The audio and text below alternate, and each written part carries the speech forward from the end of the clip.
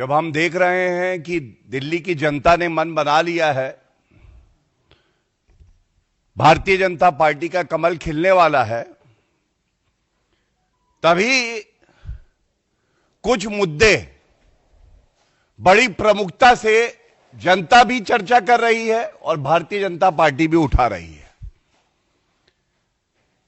और सबसे पहले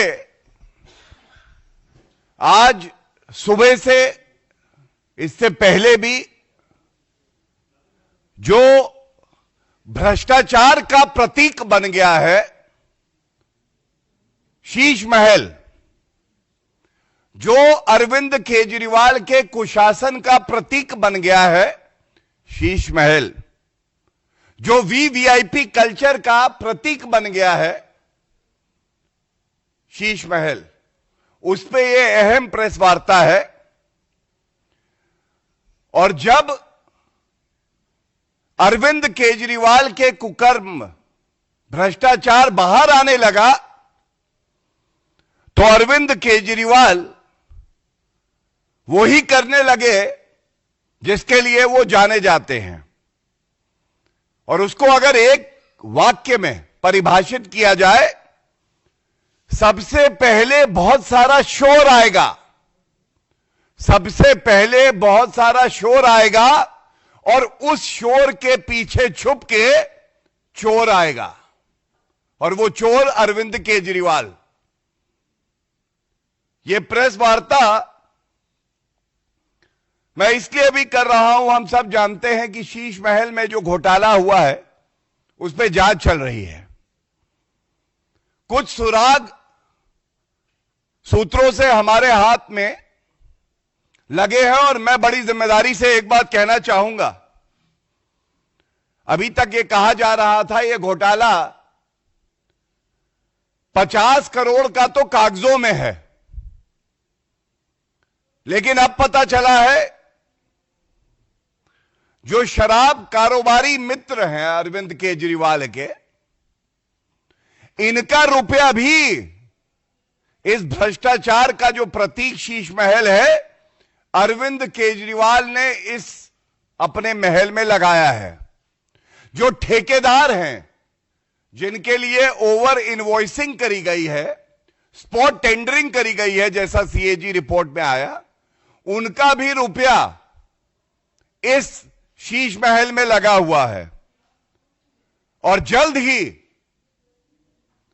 प्रेस वार्ता करके प्रमाण के साथ, तथ्यों के साथ ये दिखाएंगे, चाहे वो शराब कारोबारी मित्र हो अरविंद केजरीवाल के, चाहे वो ठेकेदार हो, ये सारे के सारे भ्रष्ट अरविंद केजरीवाल को ही अपना बड़ा भ्रष्टाचारी भाई मानते हैं और उनका काला धन इस शीश महल में लगा है। इसी क्रम में जैसा हमने देखा कि आज संजय सिंह और दिल्ली सरकार के मंत्री सौरभ भारद्वाज शोर मचा रहे थे, तो चोर मचाए शोर, और जो सवाल जनता पूछ रही है उसका कोई उत्तर अरविंद केजरीवाल देने मीडिया के समक्ष नहीं आते हैं। तो आज हमने भी सोचा गजनी को जगाया जाए और असलियत को दिखाया जाए। ये मेरे हाथ में एक हलफनामा है, it's an affidavit given by the most corrupt leader that Indian polity has seen, Arvind Kejriwal. His name is here, Arvind Kejriwal, 3 June 2013। और क्या लिखा है इसमें, ये देखिए, अरविंद केजरीवाल, हस्ताक्षर उनके हैं, कहते हैं मैं बड़ा सामान्य घर में रहूंगा। ये मैंने हाईलाइट किया हुआ है। तो क्या आज ये पूछा नहीं जाएगा, अरविंद केजरीवाल जी गजनी, क्या हुआ तेरा वादा?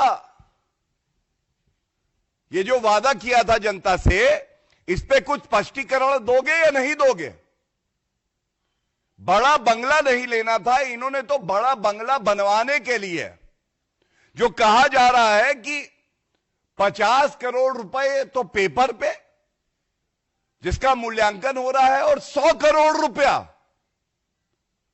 शराब कारोबारियों का, ठेकेदारों का जो काली कमाई अर्जित करी वो भी लगाया है।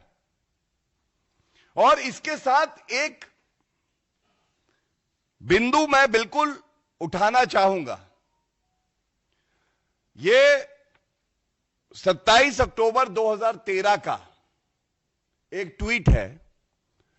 अरविंद केजरीवाल ने लिखा है, दिल्ली की मुख्यमंत्री शीला दीक्षित जी के घर में 10 एसी लगे हुए हैं। मैंने तो सुना है कि उनके बाथरूम में भी एसी लगा हुआ है। कौन भरता है उनके एसी का बिल? मैं और आप भरते हैं। मेरा तो कलेजा कांप उठता है यह सोचकर कि जब दिल्ली की 40% जनता झुग्गियों में रहती है, तब कोई मुख्यमंत्री कैसे एक आलीशान घर में रह सकता है। और इस पे आपको जानकारी जरूर देना चाहूंगा। जो अभी तथ्य सामने आ रहे हैं, 10 एसी पे पूर्व मुख्यमंत्री भ्रष्टाचारी थी और अरविंद केजरीवाल का कलेजा कांप उठता था। तो आज अरविंद केजरीवाल का कलेजे का क्या हाल होगा अगर मैं उनको बताऊं कि इस भ्रष्टाचार के महल में 50 indoor AC, kitchen, toilet, washing area और जिम हर जगह लगे हैं।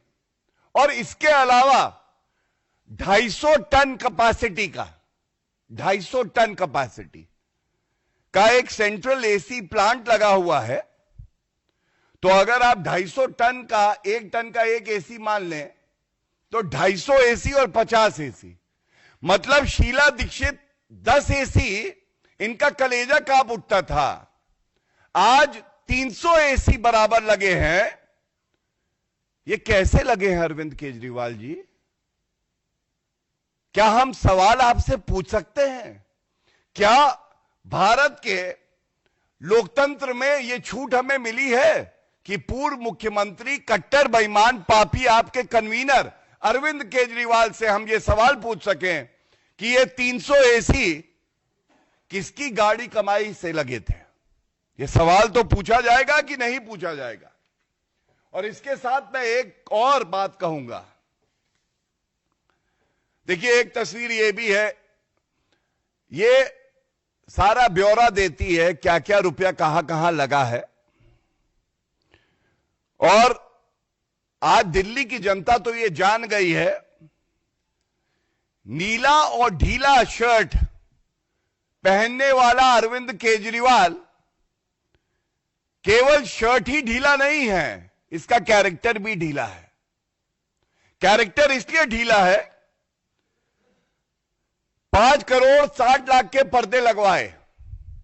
मैं पूछना चाहता हूं दिल्ली की जनता जो सवाल पूछ रही है, ऐसा कौन सा पर्दा है अरविंद केजरीवाल जी जो आपकी बेईमानी को, भ्रष्टाचार को, काली कमाई को छुपा सके?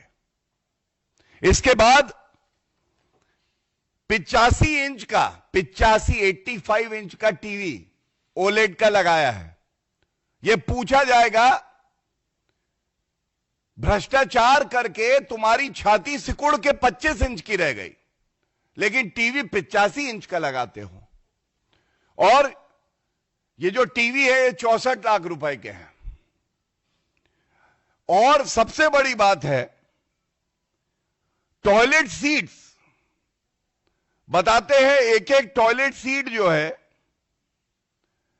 सैनिटरी इंस्टॉलेशन 15 करोड़, एक एक टॉयलेट सीट कितने कितने लाख करोड़ की है।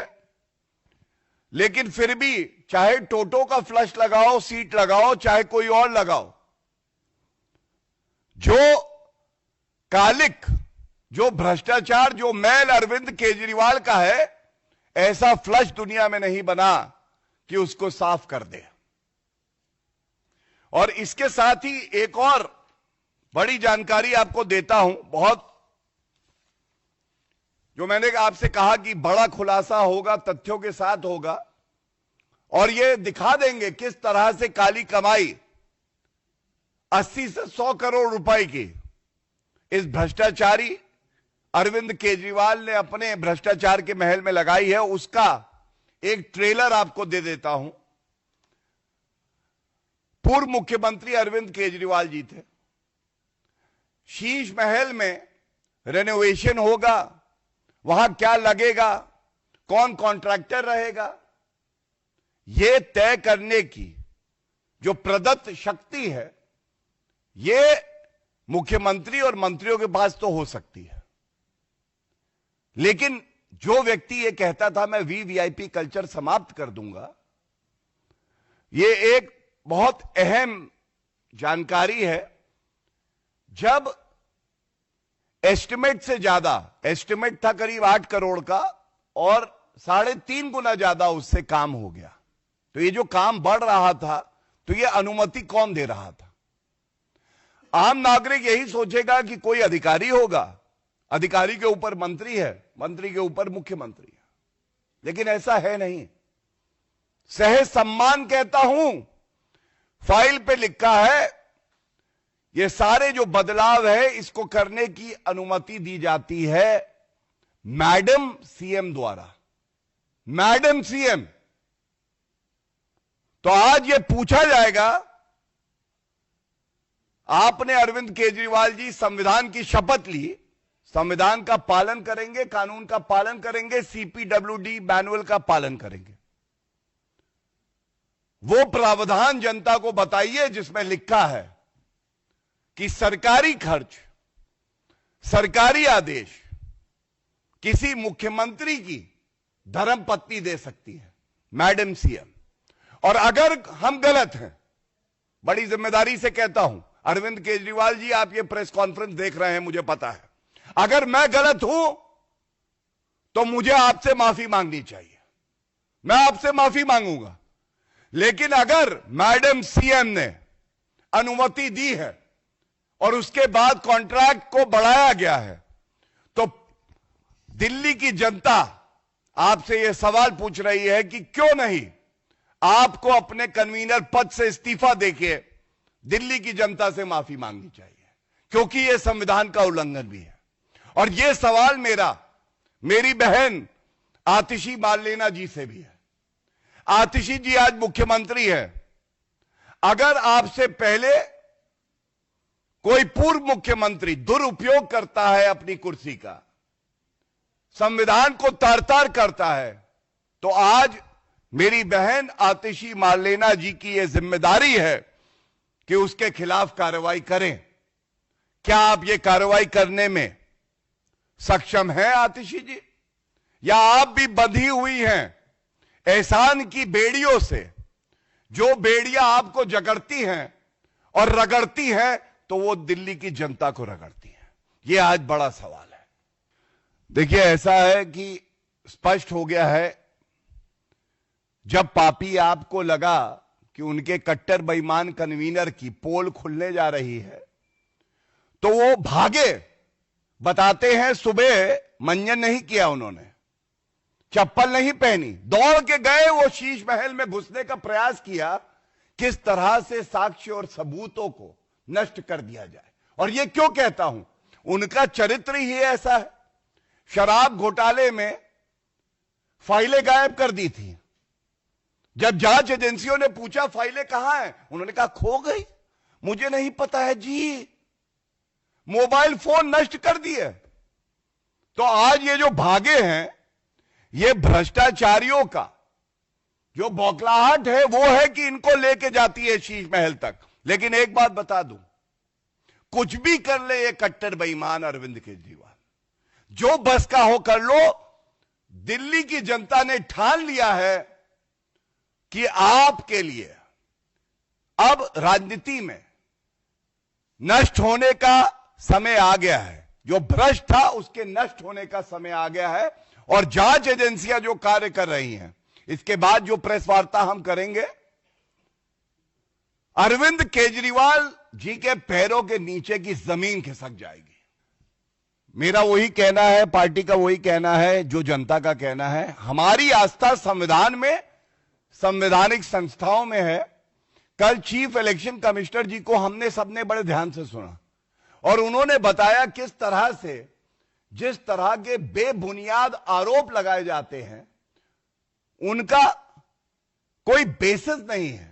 और दूसरा, उन्होंने उदाहरण दिए कि ये केवल चुनाव से पहले सुर्खियों में बने रहने के लिए ऐसे आरोप लगाते हैं। और एक बात मैं जरूर कहूंगा, ये वही लोग हैं जो चुनाव जीत जाते हैं तो कहते हैं कि ईवीएम अच्छी है, सूट नया सिलवाते हैं और शपथ ले लेते हैं। अगर भाजपा जीत जाती है, एनडीए जीत जाती है, तो छाती पीट पीट के कहते हैं ईवीएम खराब है। और वीवीपैट का जब मिलान किया तो ये गर्व हुआ हमें जान के कि एक वोट भी इधर का उधर नहीं हुआ था। तो क्या आज ये पूछा नहीं जाएगा कि तुम्हारे पैरों के नीचे जमीन नहीं है, गजब यह है फिर भी तुम्हें यकीन नहीं है। दूसरों पे उंगलियां मत उठाइए, खोट तुम्हारे अंदर है। देखिए, सबसे पहले जो फाइलें गायब कर दी गई, अगर वो फाइलें होती तो शायद अरविंद केजरीवाल जनता के समक्ष माफी मांग रहे होते। उन्हीं फाइलों की नोटिंग में ये सारी बातें आई हैं जो हमें अपने सूत्रों से मिले हैं। तभी मैंने चुनौती दी अरविंद केजरीवाल को कि ये बताइए कि ऐसा कोई आदेश, ऐसी कोई अनुमति मैडम सीएम ने दी थी या नहीं दी थी। अरविंद केजरीवाल जी इस बात का खंडन भी कर सकते हैं या जनता से माफी भी मांग सकते हैं।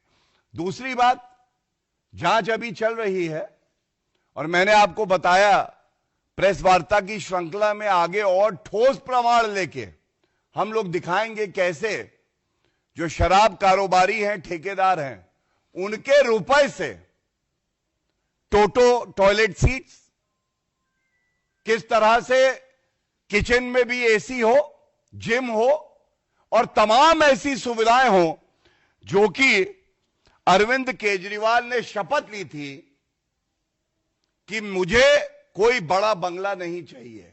तो ये सुविधाएं और बड़ा बंगला आज जो शपथ अरविंद केजरीवाल ने ली थी उसको याद दिलाता है और दर्शाता है कि कितने बड़े झूठे, मक्कार, फरेबी, भ्रष्टाचारी अरविंद केजरीवाल हैं।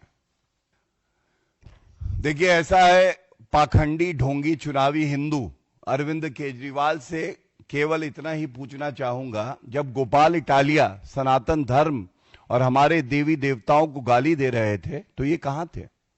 अरविंद केजरीवाल ने एक ट्वीट किया था कि स्वास्तिक चिन्ह को झाड़ू मार रहा है और भगा रहा है। और अरविंद केजरीवाल वो हैं जो 5 साल तक इस सरकार में और 11 साल सत्ता में रहे हैं। इनको तुष्टीकरण की राजनीति करने के लिए मौलाना तो याद आए, लेकिन पुजारी, ग्रंथी कभी याद नहीं आए। ये हमेशा हिंदू विरोधी रहे हैं। फिर भी लोकतंत्र में उनको हक है वो अपनी बात रखें। जिन मुद्दों को वो प्रखरता से उठाना चाहते हैं वो उठा सकते हैं। शराब कारोबारियों को अगर वो अपने साथ खड़ा करना चाहते हैं कल को तो कर सकते हैं। हम लोग हमेशा हर धर्म का सम्मान करते हैं। पुजारियों के लिए, ग्रंथियों के लिए अगर किसी ने उनके सम्मान की लड़ाई लड़ी है तो वो भारतीय जनता पार्टी ने लड़ी है। देखिए, सबसे पहले तो मैं ये कहूंगा कि आपका मैं बहुत सम्मान करता हूं।